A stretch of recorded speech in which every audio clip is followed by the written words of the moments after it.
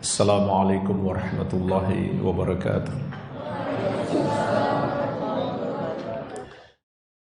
Alhamdulillahi ala ihsanih wa syukru lahu ala taufiqihi wa amtinanih. Wa ashhadu an la ilaha illallah wahdahu la syarika lah ta'ziman li sya'nih wa ashhadu anna Muhammadan abduhu wa rasuluh ad-da'i ila ridwanih sallallahu alaihi wa ala alihi wa ashabihi wa ikhwanih. Amma ba'd, fa ikhwani fid din wa akhwati fillah, kaum muslimin wal muslimat rahimani wa rahimakumullah. Semoga Allah Subhanahu wa ta'ala senantiasa mencurahkan rahmatnya kepada kita sekalian. Satu-satunya surat di dalam Al-Quran yang Allah Subhanahu wa ta'ala wajibkan untuk selalu kita baca setiap hari di dalam ibadah yang paling agung, yaitu ibadah solat. Hanyalah surat Al-Fatihah. Minimal kita baca dalam solat wajib 17 kali sehari semalam. Kalau kita melakukan solat-solat sunnah, berarti lebih banyak lagi kita baca surat Al-Fatihah. Bahkan Rasulullah SAW menegaskan, la solata liman lam yaqra' bi fatihatil kitab. Tidak ada solat bagi siapa yang tidak membaca surat Al-Fatihah. Tidak ada solat maknanya tidak sah solat seseorang kalau dia tidak membaca surat Al-Fatihah. Sehingga para ulama mengatakan Al-Fatihah adalah rukun solat yang paling wajib. Maka pastilah di dalam surat Al-Fatihah itu terkandung makna-makna yang sangat penting untuk kita pahami. Terkandung faidah-faidah ilmiah yang sangat agung untuk kita pelajari. Karena dari banyaknya surat dan ayat dalam Al-Quran, Allah Subhanahu wa ta'ala hanya wajibkan surat Al-Fatihah untuk selalu kita baca setiap hari dan malam di dalam solat kita. Maka ini menunjukkan pasti di dalam surat Al-Fatihah ada pelajaran-pelajaran yang sangat agung.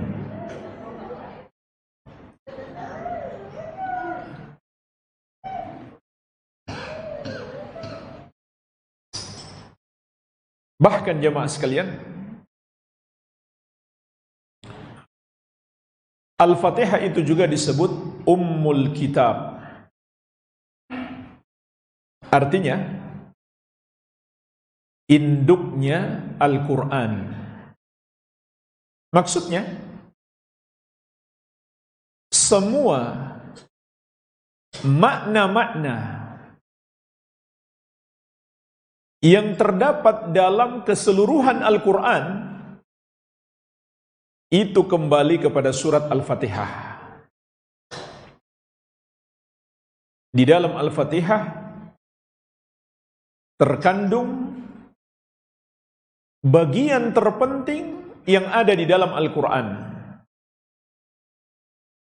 Semua makna yang ada dalam Al-Quran kembali kepada surat Al-Fatihah. Sehingga Al-Fatihah juga disebut Ummul Kitab. Dan Rasulullah SAW menegaskan a'zamu suratin fil Qur'an. Al-Fatihah itu adalah surat yang paling agung, yang paling afdal di dalam Al-Quran. Dan bahkan ketika kita baca dalam solat kita, Allah Subhanahu wa ta'ala membalas ucapan kita secara langsung. Sebagaimana dalam sebuah hadis qudsi yang diriwayatkan Imam Muslim dari sahabat yang mulia Abu Hurairah radhiyallahu anhu. Rasulullah sallallahu alaihi wasallam bersabda, "Idza qala al-'abdu alhamdulillahi rabbil alamin, qasamtus." Allah Subhanahu wa taala berfirman, "Qasamtus salata baini wa baina 'abdi nisfain, wa li 'abdi ma sa'al."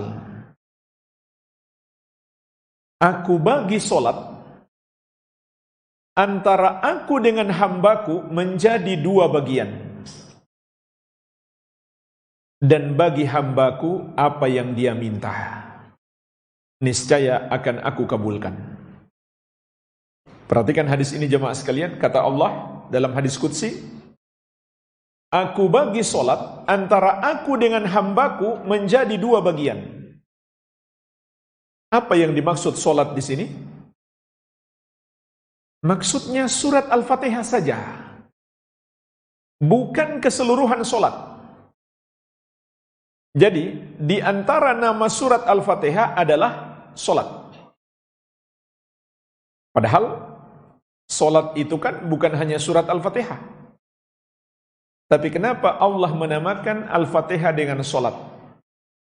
Karena Al-Fatihah adalah bagian terpenting di dalam solat.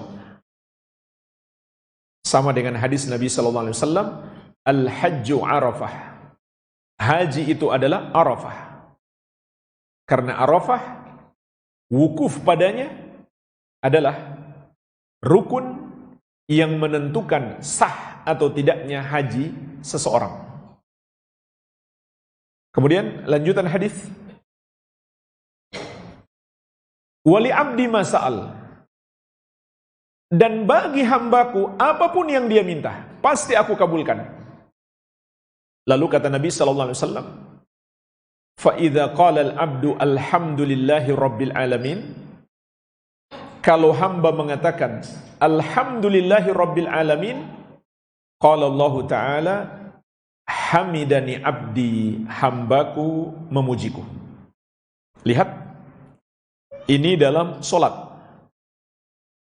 Kita sedang berbicara langsung dengan Allah.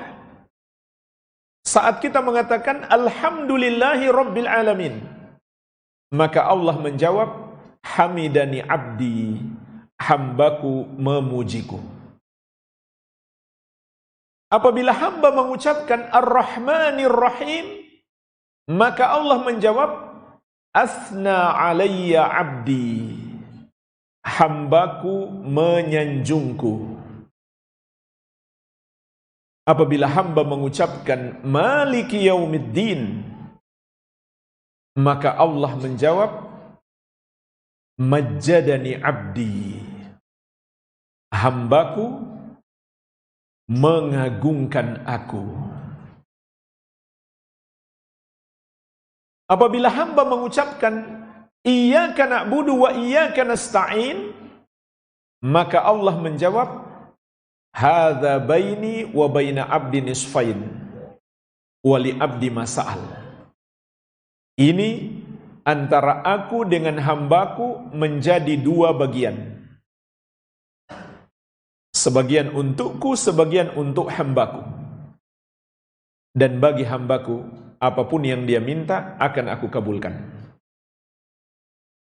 Dan apabila hamba mengucapkan ihdinas siratal mustaqim, siratal ladzina an'amta alaihim ghairil maghdubi alaihim waladdallin, maka Allah menjawab Hadza li 'abdi wa li 'abdi ma sa'al. Ini untuk hambaku dan bagi hambaku apa yang dia minta akan aku kabulkan. Subhanallah, dialog langsung kita dengan Allah saat kita sholat. Bagaimana mungkin kita sedang berdialog dengan Allah tapi kita nggak paham apa yang sedang kita bicarakan? Kita sedang berbicara dengan Allah tapi kita nggak mengetahui kita sedang ngomong apa ini. Bahkan fikiran kita melayang entah kemana. Lisan kita mengucapkan surat Al-Fatihah, tapi fikiran kita melayang-layang entah kemana. Padahal kalau kita berjumpa dengan seorang pejabat misalkan, tentu kita berbicara dengan dia dengan penuh penghormatan. Fokus kita perhatikan dengan baik, dia sedang berbicara dengan kita. Nggak mungkin kita abaikan. Seharusnya ketika berbicara dengan Allah, kita lebih perhatian lagi, lebih fokus, lebih konsentrasi. Dan semakin kita paham apa yang kita baca, maka itu akan membantu kita untuk lebih fokus. Jadi, ini pentingnya memahami kandungan-kandungan yang terdapat di dalam surat Al-Fatihah. Karena Al-Fatihah adalah surat yang paling agung, satu-satunya yang Allah wajibkan untuk dibaca setiap hari dalam ibadah yang paling agung, ibadah solat. Dan Allah menjawab langsung, maka pasti di dalam surat Al-Fatihah terkandung pelajaran-pelajaran terpenting, ajaran-ajaran Islam yang paling agung, yang paling utama. Sehingga Al-Fatihah disebut Ummul Kitab, induknya Al-Quran. Maksudnya, pelajaran-pelajaran inti dari seluruh ayat Al-Quran terdapat di surat Al-Fatihah. Maka dari seluruh surat dan ayat dalam Al-Quran, Al-Fatihah itu yang paling wajib untuk dipelajari. Kemudian jemaah sekalian, ulama beda pendapat. Apakah basmalah, Bismillahirrahmanirrahim, termasuk Al-Fatihah atau tidak? Sebagian berpendapat basmalah adalah surat Al-Fatihah ayat pertama. Sebagian berpendapat basmalah tidak termasuk surat Al-Fatihah, tetapi hanya pembuka surat. Sama seperti surat-surat yang lain dibuka dengan basmalah, kecuali surat apa? At-Taubah. Maka ini pendapat yang kedua. Al-Fatihah, basmalah di Al-Fatihah hanyalah pembuka surat seperti surat-surat yang lain kecuali surat At-Taubah. Pendapat yang dikuatkan oleh Syekh Muhammad bin Shalih Al-Utsaimin rahimahullahu taala adalah pendapat yang kedua. Al-Fatihah terdiri dari 7 ayat, dimulai dengan Alhamdulillahi Rabbil Alamin. Di antara dalilnya adalah hadis yang kita sebutkan tadi. Hadis riwayat Muslim. Nabi SAW mengabarkan kepada kita tentang dialog antara hamba dengan Allah. Beliau langsung mulai pada idza qala al-'abdu alhamdulillahi rabbil alamin. Apabila hamba mengucapkan alhamdulillahi rabbil alamin. Jadi beliau tidak mulai dari Bismillahirrahmanirrahim. Kemudian ulama juga sepakat Al-Fatihah itu 7 ayat. Sepakat ulama Al-Fatihah 7 ayat. Dan Allah mengatakan dalam hadis qudsi tadi, aku bagi Al-Fatihah menjadi 2 bagian. Separuh untukku, separuh untuk hambaku. 7 bagi 2 berarti jadi berapa? Jadi berapa? 3,5. Iya kan? Kalau kita baca dari basmalah, maka akan menjadi 4,5 untuk Allah. Tapi kalau kita baca dari alhamdulillah, pas 3,5. Karena pada ayat iyyaka na'budu wa iyyaka nasta'in, disitulah Allah mengatakan hadza baini wa baina abdi nisfain. Ayat ini dibagi 2. Separuh untukku dan separuh untuk hambaku. Jadi kalau kita baca dari basmalah menjadi 4,5. Tapi kalau kita baca dari hamdalah, pas 3,5. 3,5 untuk Allah, 3,5 sisanya untuk hamba. Jadi ini pendapat yang paling kuat. Kemudian para ulama menjelaskan, di dalam alhamdu, alif lam itu disebut alif lam lil istighraq. Artinya yastaghriqu jami'al mahamid. Alif lam yang dalam bahasa Arab fungsinya untuk istighraq, mencakup semua yang terkandung di dalamnya. Berarti alhamdu, alif lamnya memiliki makna mencakup semua bentuk pujian. Maka tidak tersisa apapun pujian kecuali milik Allah Subhanahu wa ta'ala. Dan tafsir alhamdu adalah wasful mahmudi bil kamal ma'al mahabbati wa ta'zim. Mensifatkan yang dipuji, yaitu Allah Subhanahu wa ta'ala, dengan sifat kesempurnaan disertai cinta dan pengagungan. Jadi ketika kita mengucapkan alhamdulillahi, maka kita sedang mensifatkan Allah dengan sifat kesempurnaan. Dan kesempurnaan Allah dilihat dari sisi manapun, tidak mengandung kekurangan.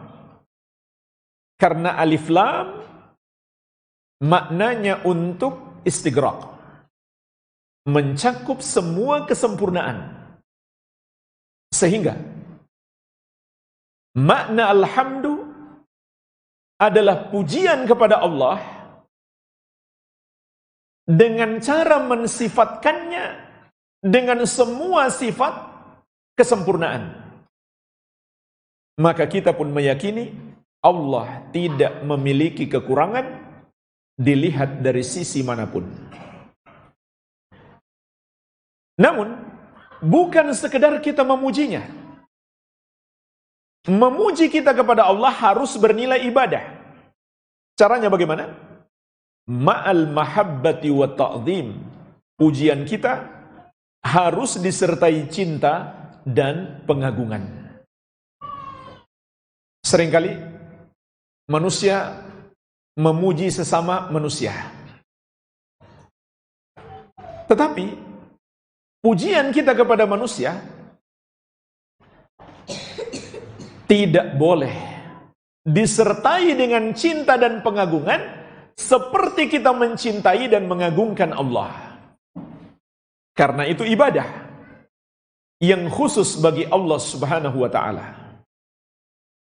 Kemudian huruf lam pada lillah fungsinya adalah lil istihqaq. Para ulama ahli bahasa Arab mengatakan lam itu untuk menunjukkan istihqaq. Artinya hanya Allah yang berhak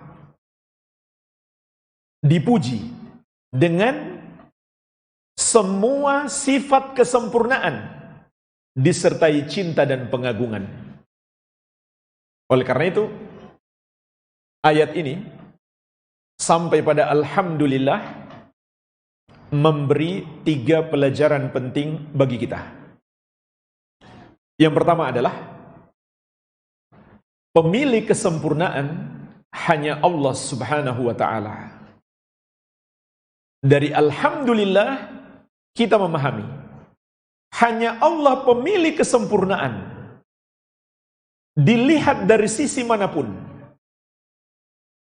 pada zatnya, pada nama-namanya yang maha indah, pada sifat-sifatnya, maupun pada perbuatan-perbuatannya, ataupun pada ketetapan-ketetapannya, baik ketetapan takdir maupun ketetapan syariat. Semuanya sempurna, tidak memiliki kekurangan sedikit pun. Yang kedua, pelajaran yang kedua, sebaliknya, makhluk itu penuh dengan kekurangan. Karena hanya Allah yang sempurna, maka selain Dia penuh dengan kekurangan. Oleh karena itu jemaah sekalian, tidak pantas makhluk itu untuk menyombongkan diri. Sedangkan Allah pantas menyombongkan diri. Makanya jemaah sekalian, sifat sombong itu bagi Allah adalah suatu kemuliaan yang terkandung di dalam nama Allah Al-Mutakabbir. Al-Mutakabbir artinya yang memiliki sifat takabbur. Takabbur artinya sombong. Itu bagi Allah adalah sifat kesempurnaan. Sebaliknya bagi makhluk itu adalah suatu hal yang tercelah. Kenapa? Karena seakan-akan dia mau menyamakan dirinya dengan Allah. Padahal dia adalah makhluk yang penuh dengan kekurangan. Kalaupun ada sebagian dari dirinya yang baik, itu pun asalnya dari Allah. Allah yang menganugerahkan kebaikan itu padanya. Oleh karena itu Allah sangat murka ketika makhluk punya sifat sombong. Sebab ketika dia punya sifat sombong, seakan-akan dia mau menyamai Allah Subhanahu wa ta'ala. Sehingga Rasulullah SAW menegaskan, la yadkhulul jannah man kana fi qalbihi mithqala dzarratin min kibrin. Tidak akan masuk surga orang yang di hatinya ada kesombongan meskipun hanya sebesar dzarrah, sebesar semut yang sangat kecil. Para sahabat bertanya, ya Rasulullah, apakah orang yang pingin pakaiannya bagus dan sandalnya bagus itu orang sombong? Maka Nabi SAW menegaskan, tidak. Bukan itu yang dimaksud orang yang sombong. Boleh, tidak masalah. Kita pingin pakai sesuatu yang bagus. Sandal bagus, pakaian bagus, mobil bagus, rumah bagus. Al-kibru baturul haq wa ghamtun nas. Sombong itu adalah menolak kebenaran dan meremehkan orang lain. Jadi, sombong itu ada 2 kategori. Kategori yang pertama yang paling parah, menolak kebenaran. Apa itu kebenaran? Semua ajaran Islam.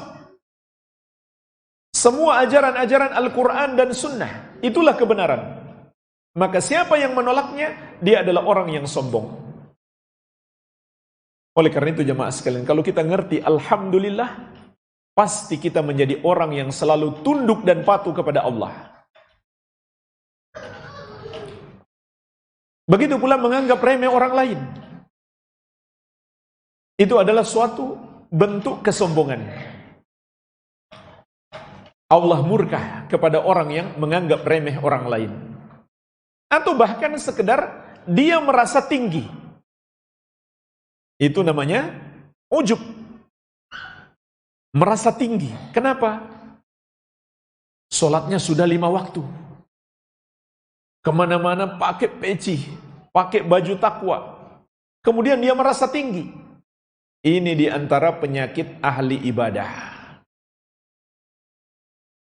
Ahli ibadah itu jemaah sekalian, orang yang rajin sholat, rajin ibadah, itu umumnya setan menjerumuskan dia dalam dosa, tidak mengajaknya ke tempat maksiat, tidak. Setan biarkan dia ibadah, tapi setan berusaha memunculkan di hatinya sifat sombong dan ujub, bangga diri. Maka hati-hati. Karena jemaah sekalian, kita bisa beribadah, itu anugerah dari Allah. Apanya yang mau kita sombongkan? Apanya yang mau kita banggakan? Kita nggak akan sanggup beribadah kalau tidak Allah memberikan pertolongan kepada kita. Maka hanya Allah yang pantas untuk dipuji. Ini pelajaran yang kedua. Dari Alhamdulillah. Kita adalah makhluk yang penuh dengan kekurangan. Pelajaran yang ketiga. Dan ini yang paling penting. Setelah kita memahami arti Alhamdulillah, hanya Allah yang berhak disembah. Karena hanya Dia pemilik kesempurnaan. Oleh karena itu, semua yang disembah selain Dia adalah batil, dan menyembah kepada selain Dia adalah kebodohan terbesar. Kenapa? Karena berarti kita menyembah makhluk yang penuh dengan kekurangan. Bodoh sekali kita.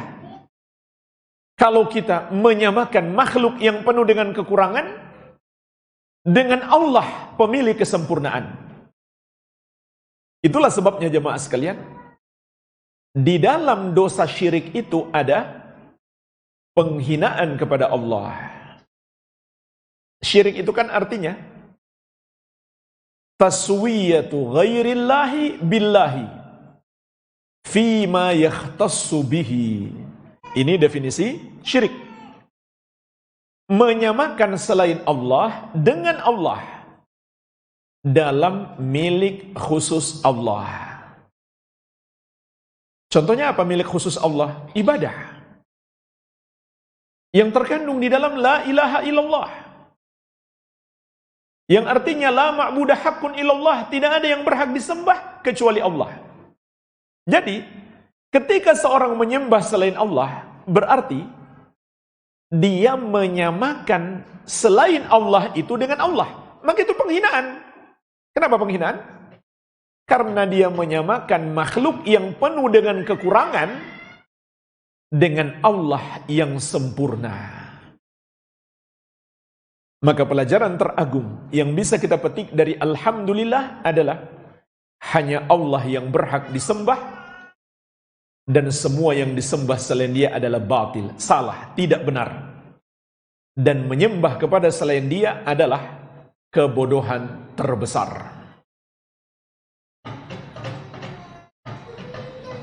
Kemudian Rabbil Alamin.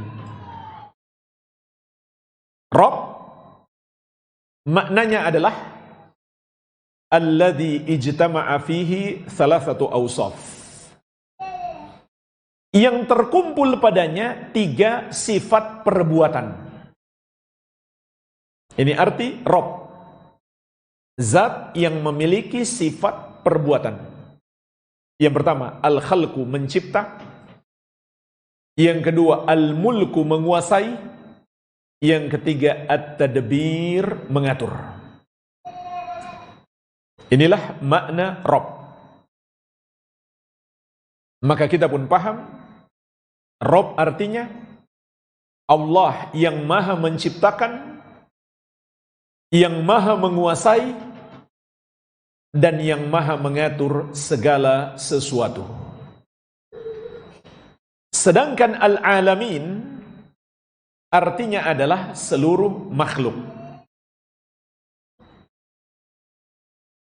Dan secara bahasa, al-alamin itu dari kata alam yang artinya tanda.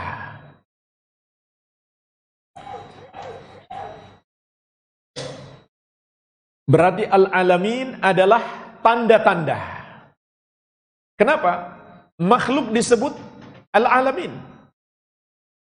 Karena adanya makhluk merupakan tanda adanya Sang Pencipta. Jadi, seluruh makhluk adalah ciptaan Allah. Al-alamin maknanya seluruh makhluk, dan semua selain dia adalah makhluknya. Mungkin di sebagian terjemahan disebutkan al-alamin artinya seluruh alam atau segenap alam. Kalau yang dimaksudkan seluruh alam itu artinya alam sekitar kita, itu tidak tepat. Maksud ayat ini adalah seluruh makhluk, baik alam jagat raya maupun isinya. Sehingga kita pun paham, Rabbil Alamin maknanya adalah Allah pencipta seluruh makhluk, penguasanya dan pengaturnya. Dan berwujud itu, yang berwujud hanya ada dua. Hanya Allah dan makhluknya. Ini bisa kita petik dari ayat ini. Yang berwujud itu hanya ada dua. Allah dan makhluknya. Tidak ada zat yang ketiga. Tidak ada. Yang berwujud hanya ada dua. Allah dan makhluknya. Kalau bukan Allah, berarti makhluk. Tidak ada selain dia kecuali ciptaannya.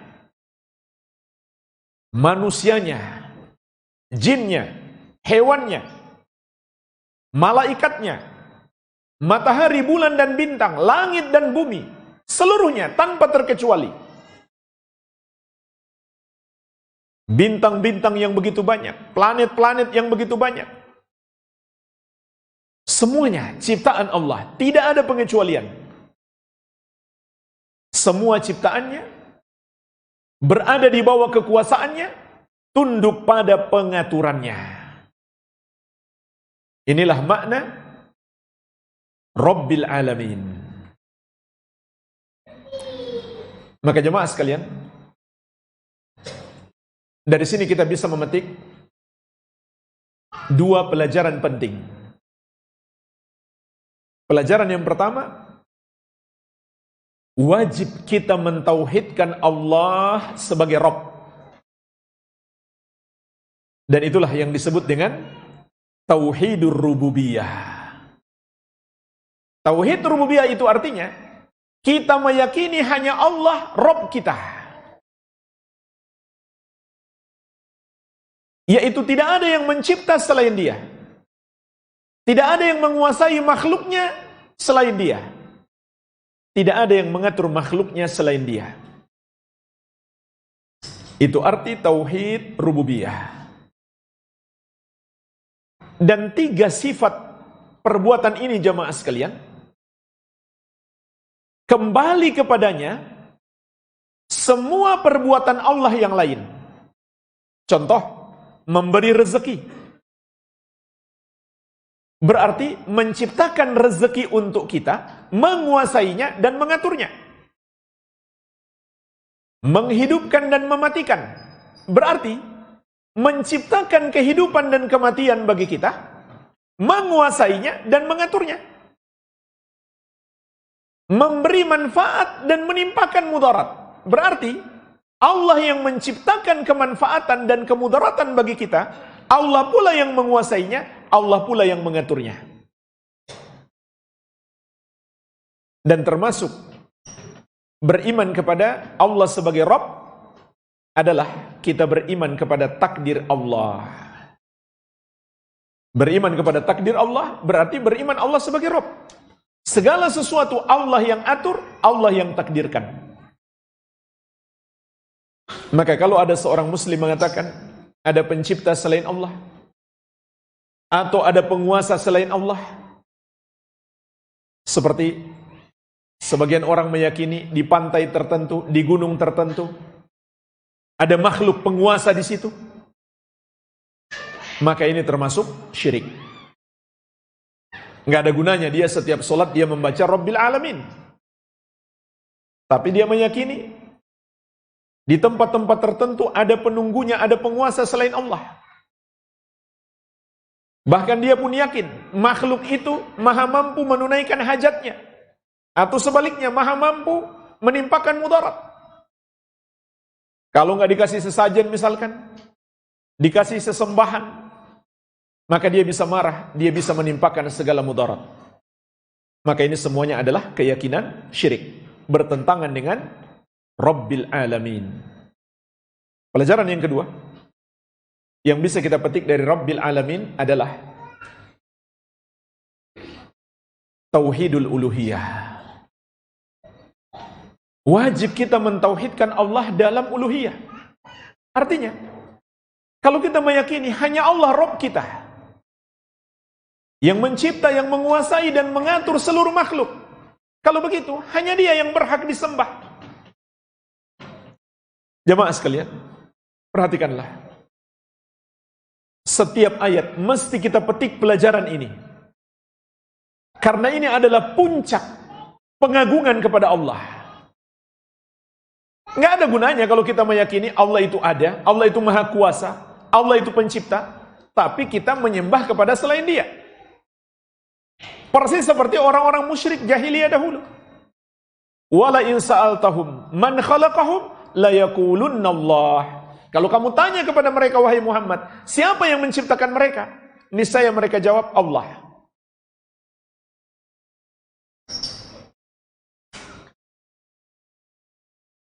Makanya jemaah sekalian, mereka pun meyakini Allah Maha Kuasa. Dan mereka pun bahkan masih beribadah kepada Allah.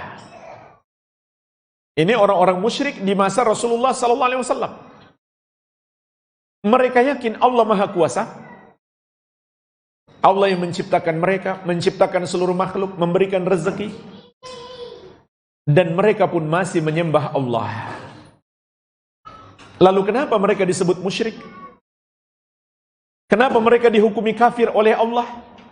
Karena mereka masih menyembah kepada selain Allah. Jadi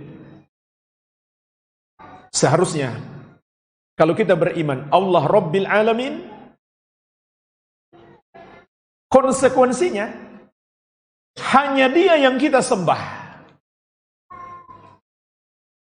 Semua yang disembah selain Dia kita salahkan. Kemudian kita persembahkan semua ibadah kita hanya untuknya. Tidak sedikit pun kita berikan kepada selainnya. Jemaah sekalian, di antara buktinya, orang-orang musyrik dahulu masih yakin kepada Allah sebagai yang Maha Kuasa. Bahkan mereka masih menyembah Allah. Adalah peristiwa penyerangan Abraha. Coba buka kembali sejarah. Mengapa Abraha ingin menghancurkan Ka'bah? Itu adalah zaman jahiliyah. Zaman sebelum Rasulullah SAW diutus. Dan tidak lama setelah penyerangan Abraha, lahirlah Nabi Muhammad SAW. Kenapa Abraha ingin menghancurkan Ka'bah? Karena Abraha itu seorang Nasrani. Dia adalah seorang gubernur Romawi. Romawi itu dahulu superpower. Hampir separuh dunia di bawah kekuasaan Romawi. Tetapi di kemudian hari, di Jazirah Arab, Romawi ini bertekuk lutut di bawah kaki kaum muslimin. Cuma nggak ada di film-film mereka hari ini.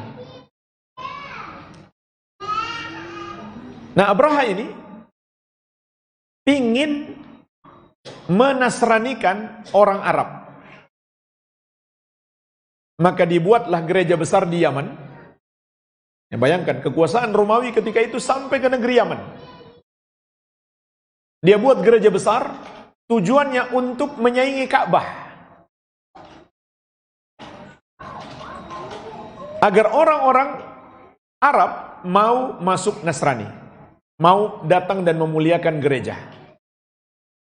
Yang terjadi malah sebaliknya. Orang-orang Arab malah marah. Kok dia mau menyaingi Ka'bah kita? Padahal ini orang Arab musyrik loh. Tapi mereka memuliakan Ka'bah. Kenapa? Mereka tahu itu rumah Allah. Maka datanglah satu orang Arab ke gereja Abraha. Kemudian dia lempari dengan kotoran. Inilah yang memicu kemarahan Abraha. Sudah masuk Isya ya? Azan dulu. Lanjut setelah Isya ya. Wabillahi taufik walhamdulillahi rabbil alamin.